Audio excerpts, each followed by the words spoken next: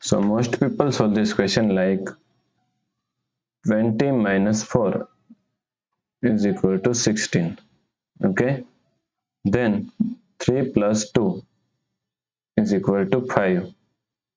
Now 16 multiply 5, okay, is equal to 80.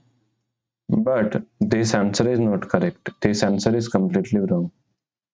So now let's solve this problem correctly by using a PEMDAS rule, okay? According to PEMDAS rule, first priority is parenthesis, second priority is exponents, third priority is multiplication and division. Here multiplication and division both have equal priority. So we have to solve it from left to right.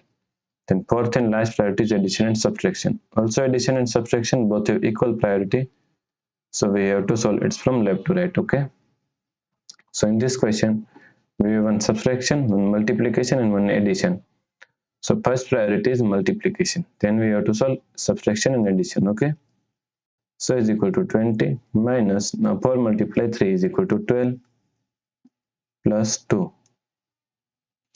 Now we have one subtraction and one addition. So addition and subtraction both have equal priority. So we have to solve it from left to right. So first we have to solve this subtraction, okay? So 20 minus 12 is equal to 8 plus 2.